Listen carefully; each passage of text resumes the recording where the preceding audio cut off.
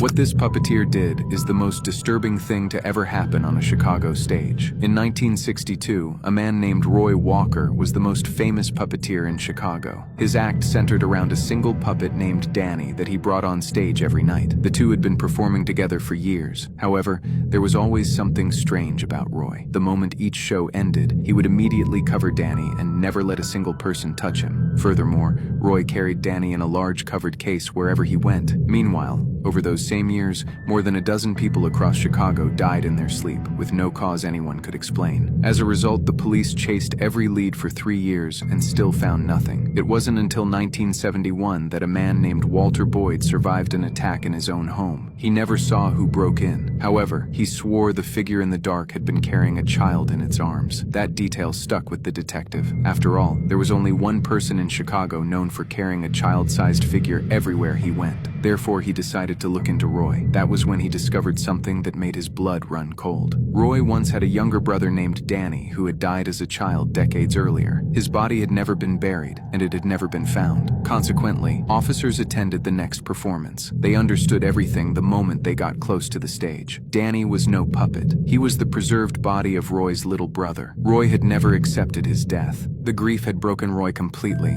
He believed his dead brother spoke to him in the dark, choosing the victims, and Roy carried out every order without question.